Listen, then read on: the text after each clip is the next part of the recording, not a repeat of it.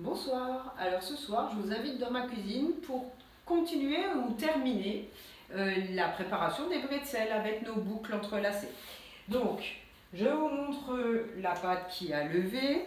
Alors en fait je l'ai quand même fait lever pendant 1h30 à 40 degrés dans mon four parce qu'il ne faisait pas assez chaud à l'école. Sous le torchon ça ne suffisait pas. Elle était bien à l'abri des courants d'air mais à mon avis pas assez chaud. Donc 40 degrés dans le four. C'est une fonction qu'on peut aussi appeler étuve pour les mamans.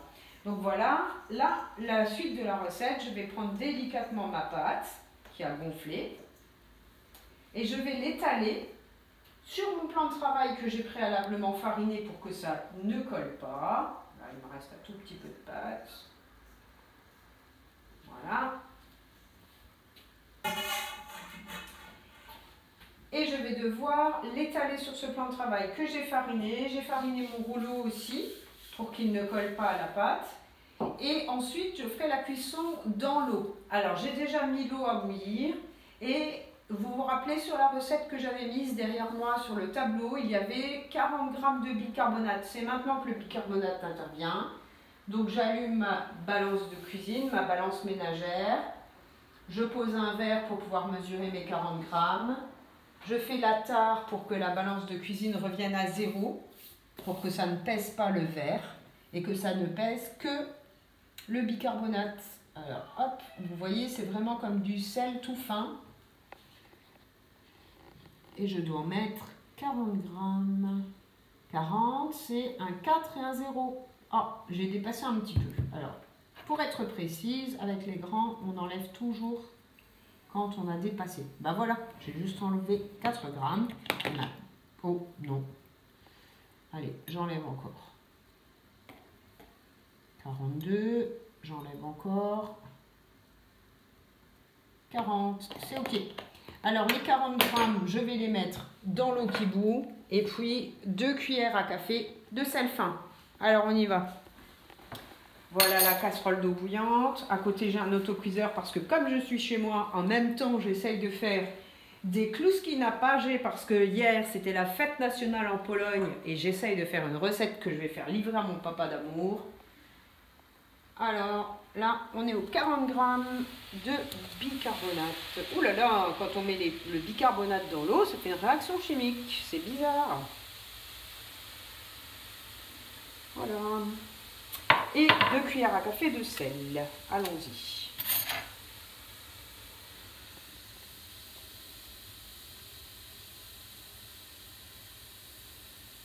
Une. Oula, ça colle, ça colle. C'est à cause de la vapeur d'eau qui s'échappe. Parce que l'eau bout, on est à ébullition. Ouh, ne te brûle pas, maîtresse. Voilà. Alors, ça me laisse sur la crédence.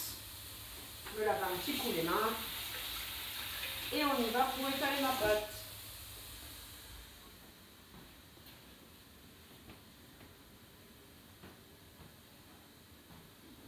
Alors j'étale.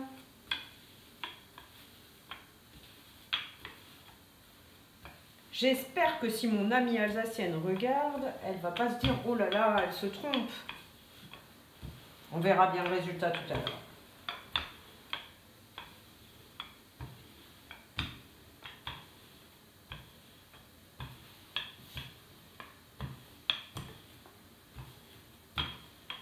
Voilà. Alors, je vais fariner mes mains pour que mes mains ne soient pas collantes. Hop. Et maintenant, je dois faire 10 parts égales. Alors, je vais déjà couper en 2. Avec un grand couteau qui coupe bien.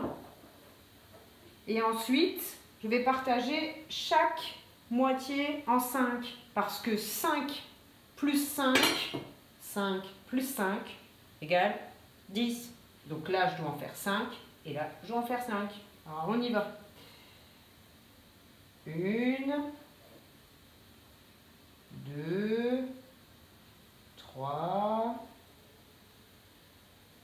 Allez, et celle-là, je la coupe comme ça. 4 et 5. Et là, je fais pareil en face, en symétrie. 1, 2, 3, puis je fais pareil, je coupe celle-là en 2. 4 et 5. Voilà. Alors là, j'ai mes 10 petites parts.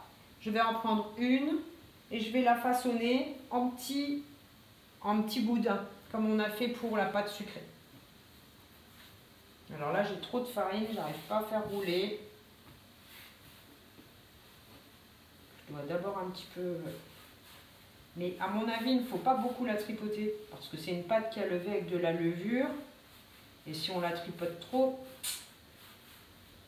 elle va souffrir.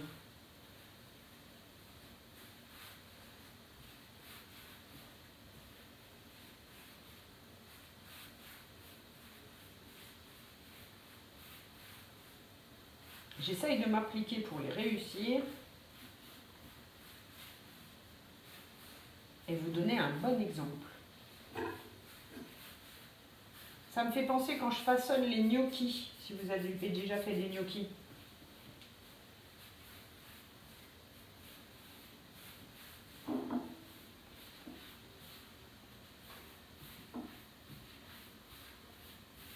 Alors il faut que le petit boudin il soit assez long pour qu'on puisse faire 2 boucles. Vous vous rappelez du modèle en pâte à modeler?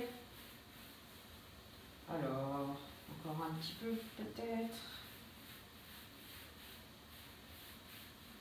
Alors, je vais déjà essayer. Est-ce que je peux faire une boucle? Oui. Et 2 boucles? Pas encore. Alors, je continue encore un peu.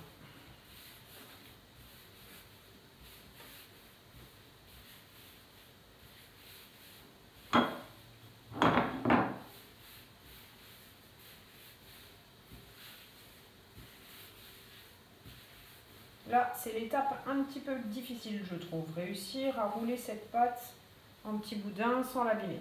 Alors, voyons si on peut faire une boucle. Je monte, penché, je tourne, je descends, penché, je monte, penché, je tourne, je descends, penché. Ok, j'ai fait 2 boucles. Vous vous rappelez, je vous avais dit 2 boucles et ensuite on les entrelace. C'est-à-dire on l'ouvre un petit peu et on la fait passer, hop, comme un nœud. Et voilà, on a un bretzel. Enfin, la forme d'un bretzel. Alors c'est maintenant qu'on va utiliser un autre ustensile. Si les mamans ont une louche grillage comme ça, comme pour la cuisson des beignets, c'est super. On va pouvoir poser délicatement le bretzel dessus, plonger dans l'eau bouillante, le ressortir pour pouvoir mettre sur une plaque qui ira au four à 200 degrés. Si on n'a pas ça, je pense qu'on peut attendre que le bretzel remonte tout seul à la surface et le récupérer délicatement avec un ustensile qui ressemble un peu. Je vais vous chercher ça dans mon pot. Hop. Ça s'appelle un écumoire, mais il n'y a pas autant de trous que sur cet ustensile-là qui permet vraiment que toute l'eau s'en aille. Alors, je vais poser délicatement mon petit bretzel sur ma louche. J'essaye de le laisser bien en forme. Je me demande comment il va tenir en forme quand il va aller dans l'eau, mais ça, c'est une expérience, justement. Alors, je le plonge. Et je vais attendre qu'il remonte. En fait, il faut quand même cuire ces bretzels un par un. C'est un petit peu long, je pense. Alors, quand il est en train de cuire, regardez, il est en train de s'enlever. Les boucles sont en train de s'enlever. Donc, il faut que je cherche une petite solution pour que ça reste collé.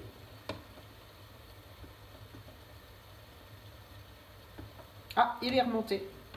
Donc là, je peux le sortir. J'égoutte. Je vais le poser sur ma plaque de cuisson au four et je vais l'enfourner à cuire à 200 degrés.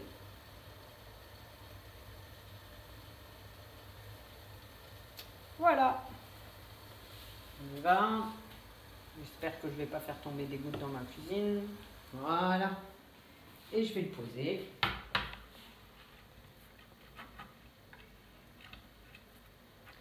Alors, il faut que je trouve une technique pour le poser sans l'abîmer.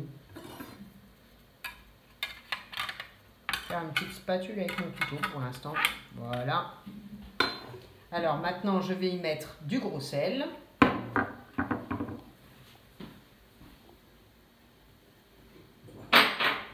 Pour faire comme les vrais.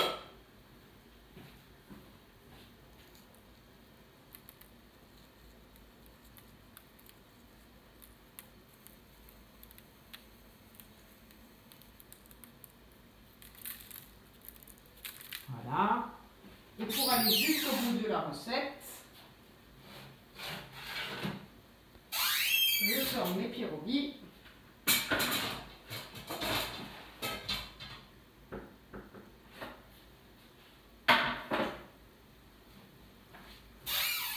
Je mets mon four sur 200.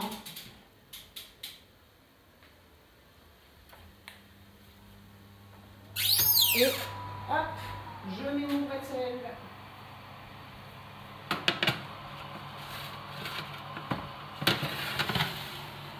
Et je vérifierai sa cuisson. Quand il sera bien brun, comme les bretzels qu'on peut acheter, je les sortirai et puis je les goûterai. Donc si vous voulez les goûter vous aussi, il ne vous reste plus qu'à suivre les vidéos qui décrivent les étapes de la recette. Il y en a 2, 3 si on compte celle où on apprend à faire les boucles.